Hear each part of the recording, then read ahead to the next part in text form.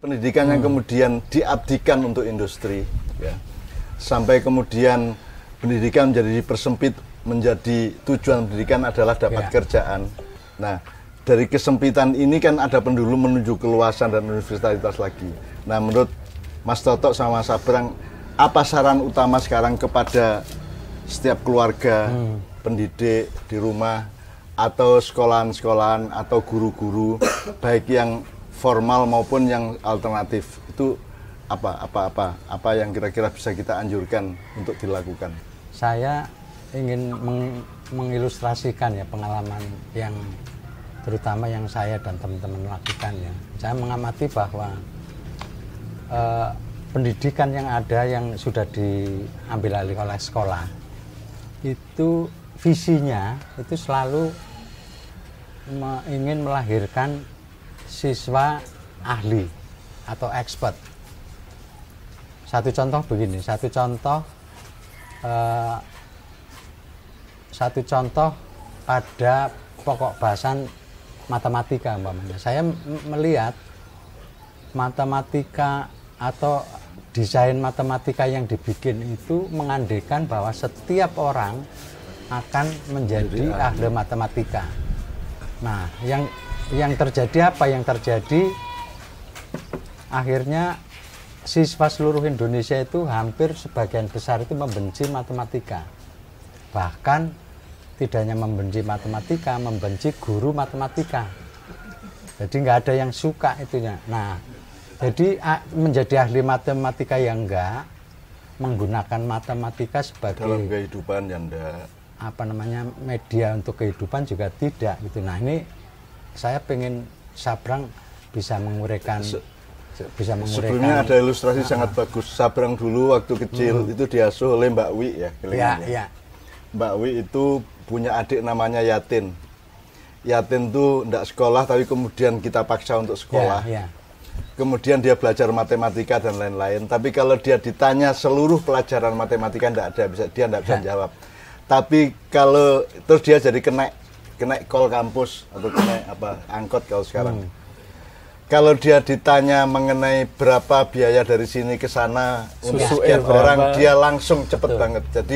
Jadi ada matematika sekolahan, ada matematika kehidupan. Sebenarnya problemnya adalah bagaimana matematika sekolahan itu dijadikan matematika kehidupan bagi anak-anak didik kan begitu. Itu yang dikeluhkan oleh Nah, sekarang ini kan hampir seluruh sekolah yang ada tidak mengabdi kepada matematika sebagai alat untuk kehidupan. Ya, kira-kira yang kontekstual piye kuwi Brang?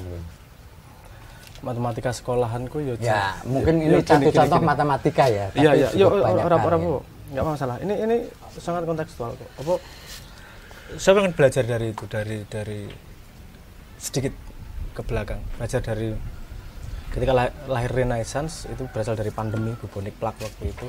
Terus kemudian berangkatnya mereka adalah menggali wisdom dari nenek moyang mereka, digali kebijaksanaannya tadi yang eksperimentasi lebih panjang tadi itu. Kalau saya melihat yang bisa kita ambil dalam sudut pandang pendidikan ini itu kalimat Jawa yang dikatakan Pak Toto kemarin, ilmu gue kelakone kanthi laku. Karena ilmu itu tidak ada yang nggak ada gunanya kalau nggak dipakai untuk melakukan sesuatu. Melakukan bukan dalam arti fisik aja ya, pokoknya untuk menjadikan output. Jadi saya sering nanya kalau pas seminar nanya, apa ingatanmu ketika waktu SD? Kuwi ra ono sing ingatane pelajaran sekolah. Ingatannya bermain atau ingatan bermain kelereng, kenangannya bukan kenangan sekolah, karena yang dia merasa melakukan, dirinya pengen melakukan adalah bukan yang sekolahan. Nah, menurut saya pendidikan sekarang dulu kenapa seperti itu? Yang sekarang dikatakan pendidikan matematika, ilmu alam pendidikan dan seterusnya, karena faktor paket itu tadi. Kelangkaan informasi mengharuskan terjadinya paket-paket sehingga terjadi persebaran yang lebih mudah. Nah, sekarang dunia sudah sama sekali berubah ini. Kita tidak lagi pada era kelangkaan informasi. Kita era pada kebanjiran informasi. Jadi pendidikannya bukan lagi mencekokkan informasi. Sekarang sekolah sebenarnya. dari internet juga tidak kalah dahsyat itu ya. Internet tersedia informasi luar biasa banyak. Jadi sekarang yang di-trigger justru subjektif aspek dari pendidikannya. Karena kamu nyari informasi yang kamu butuhkan tuh di mana-mana ada. Di internet itu, misalnya di YouTube itu tutorial cara nutup pintu ada. Walaupun komennya kemudian ini nggak ada tutorial cara bukanya, saya kekunci di kamar katanya gitu. Begitu pokoknya. Tapi maksud saya begini, manusia itu mau maju kalau dia menuju yang dia inginkan, bukan yang orang lain inginkan. Jadi kalau dia pengen ke sebuah tempat yang dia inginkan, dia akan mengumpulkan semua sumber daya yang dia butuhkan untuk sampai ke situ. Sumber daya itu salah satunya namanya ilmu. Ya. Nah, ilmu sudah tidak perlu lagi dipaketkan dalam tanda petik. Tidak perlu dipaketkan, juga tidak perlu diuji secara nanti pengujian ada fungsi berbedanya lagi. Pengujian kalau pengujian secara jenjang sekarang itu kan efek langsung dari pemaketan produksi massal. Ya, kita masih butuh yang namanya pengujian, tapi bukan pada dasar yang itu, bukan dasar ada batch production itu. Nah, jadi menurut saya kuncinya pendidikan adalah mulai konsentrasi pada contextual learning. Kamu pengen ngapain sini? Saya pengen bisa bikin sepeda. Pasti dia mau nggak mau belajar matematika. Ya. Pasti mau nggak mau belajar kerajinan. Kan harus ngitung lingkaran, harus ngitung macam-macam lah. Ini salah satu eksperimen yang saya kalau nggak salah dari Russell Ackoff itu. Dia nyuruh anak ini ada komputer bodoh ini. Diajari hitung-hitungan dia. Diajari hitung-hitungan. Diajari tambah-tambahan, diajari kurang-kurangan. Bukan dia belajar dari komputer. Nyuruh si anak ngajarin komputernya. Anaknya nggak tahu. Ini anak kelas 2 SD kalau nggak salah. Nah, ini ada kelas 2, sekitar 2 SD lah. Itu dalam waktu 6 bulan dia sudah berhasil ngajari komputernya. Dan dia belajar seperti 4 semester pelajaran. Jadi ilmu yang dia pelajari selama 6 bulan itu seperti kalau dia sekolah biasa selama 2 tahun. Dan itu lebih nempel ke dia. Ya. Nah, itu jadi kenapa seperti itu? Karena si anaknya tuh konteks ada proyek nih, saya mau ke sana nih, saya mau ngajarin dia nih. Jadi tujuannya dulu, terus dia menyerap informasi dari sekitarnya. Juga terkait statementmu itu, Brang, tentang ketika anak itu belum sekolah, itu justru keingintahuannya itu kan tinggi sekali. Tapi justru ketika anak itu disekolahkan, itu pelan-pelan keingintahuannya itu malah hilang kan itu. Nah, itu yang menurut saya juga menarik. Saya ganti keingintahuannya paket kan tadi, karena ada paket tadi. Di replace atau digantikan oleh PR-PR itu ya. Nah, saya ada contoh nih di kampung saya itu ada namanya Mingan itu. Namanya Mingan itu selama usianya 20 tahun itu hanya angon sapi. Itu sapinya aja bukan sapinya dia, artinya sapinya orang itu tak. Nah, suatu saat kakaknya itu berhasil lah di Jakarta secara ekonomi gitu. Nah, ini adik-adiknya di anu semua nih. Wis pokoknya piye carane kowe kudu entuk ijazah SD dan bla bla bla bla. Bisa itu Mingan itu akhirnya jadi sarjana hukum Universitas Indonesia. Ya, padahal kalau kita lihat ke ketinggalannya kan dia 20 tahun kan nggak sekolah, cuma angon sapi tadi. Nah, di situ kan sebetulnya ada akses, ada kesempatan, ada ada semangat dia untuk kapasitas otak manusia itu luar biasa sebenarnya. Jadi kalau saya agak shortcut ke agama toh ya. Kan selama ini kita dalam budaya pendidikan kita kenal namanya guru, murid. Itu menurut saya terminologi yang diambil dari 2 ranah yang berbeda. Kalau guru itu kan dari ranah agama-agama dari India ya, jadi Buddha, Hindu segala macam. Sebenarnya kalau murid itu dari Arab. Jadi kalau saya melihat pembicaraan Sabrang sama Mas Toto, yang kita perlukan di sekolah itu kayaknya adalah bagaimana murid itu mengerti apa yang akan dilakukannya, sehingga dia juga akan mencari apa yang harus dipelajarinya. Kalau sekarang kan enggak gitu, Pak. Jadi murid itu artinya adalah orang yang mengerti kehendaknya, orang yang berkehendak. Murid. Makanya murid itu dari kata aroda yuridu muridan, itu orang yang, jadi kalau kita bikin sekolah sebenarnya adalah memancing atau merangsang atau menumbuhkan bagaimana anak itu mengerti apa yang dia butuhkan dalam hidupnya, dia inginkan dalam hidupnya. Nah, memang kalau dirunut dari apa yang sudah disampaikan Sabrang, bahwa sebenarnya pendidikan itu juga menerjemahkan visi dari apa yang pengen dibangun di masyarakat gitu. Nah, kalau kita merunut di zaman Orde Lama itu, undang-undang pendidikannya itu jelas bahwa pendidikan itu tugasnya menciptakan masyarakat sosialis. Itu di Orde Lama ini. Bahkan UGM itu diberi tugas oleh pemerintah untuk menjadi supporting system supaya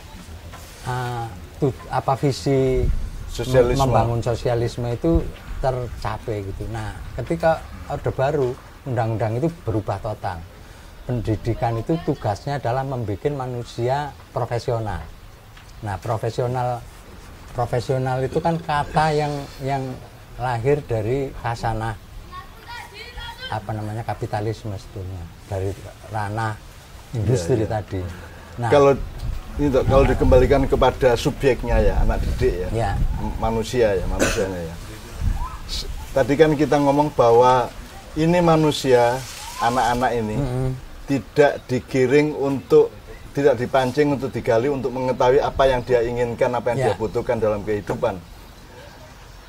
Itu kemudian menjadi kooptasi industri. Jadi cita-cita manusia semua diatur oleh industri sekarang. Ya, itu visinya itu. Nah, termasuk dalam undang-undang Orde Baru tadi itu bahwa yang benar manusia profesional itu. Puncak dari prestasi manusia adalah kalau dia menjadi seorang pakar, seorang profesional dari suatu bidang urusan kan begitu. Nah, kita sedang berada di salah satu sisi bandul, Bram. Ya, dan sekarang kita itu 100% berada di sebelah kanan gitu ya, gampangannya ya. Kalau kita ngomong pendulum gitu ya. Nah, ini apa yang bisa kita lakukan toh? Apakah kita akan melakukan kecil-kecil di skala-skala mikro? Apakah kita menyebarkan pemahaman mengenai keseimbangan kemanusiaan di antara industri dan pendidikan dan seterusnya, atau gimana, Bram? Pendidikan yang dibangun di sekolah yang menghasilkan pekerja itu kan aspek kecil dari pendidikan manusia secara seutuhnya sebenarnya. Masih sangat banyak ruang di rumah, ruang berinteraksi di luar sekolah yang masih sangat bisa digunakan. Karena untuk menggeser sesuatu yang sudah terbangun 350 tahun ini juga tidak akan sederhana ini untuk bisa melakukan revolusi itu. Menurut saya kita perlu nambahi, bukan menyeimbangkan pendulumnya bukan dengan menghilangkan bobot di pendulum yang sedang dominan, tapi menambah bobot pada pendulum yang kurang dominan sehingga akumulasinya jadi lebih luas. Contohnya begini, menurut saya yang paling penting yang bisa diisi di luar formal pendidikan. Saya menyebutnya hanya tiga poin aja. 3 poin. Poin pertama itu adalah bagaimana jangan sampai mati giroh dia. Dia pengen melakukan sesuatu, itu orang tua dan orang-orang yang lebih tahu itu posisinya di belakang menyediakan apa yang dia butuhkan. Bukan dari sudut pandang yang gurunya, tapi dari sudut pandang dari anaknya. Anaknya pengen ngapain, aku pengen tahu ini, itu didorong. 1. Nomor 2, waktu. Dia harus punya time frame. Dia harus punya jarak waktu untuk menyelesaikan project dia. Ada milestone lah. Ada milestone, harus ada waktu. Aku menyelesaikan 2 minggu, saya menyelesaikan 3 minggu. Ini belum dilihat secara serius ini. Padahal ini sangat penting karena kemampuan untuk menyelesaikan sebuah project itu seperti otot. Kalau nggak dilatih itu nanti dia nggak akan pernah menyelesaikan apa-apa tuh, karena di tengah jalan pergi. Nomor 3 adalah ketahanan menghadapi kegagalan. Karena kita dilatih terus untuk dimimpikan terus untuk menjadi sukses. Tapi tidak pernah sukses dilatih dan untuk unggul lagi ya. Nah, kalau melihat apa yang kamu utarakan ini, sebetulnya kalau kita melihat kalau kita ngomong kaitannya dengan negara ini, saya kira yang memungkinkan sekarang ya pendidikan non formal sebetulnya.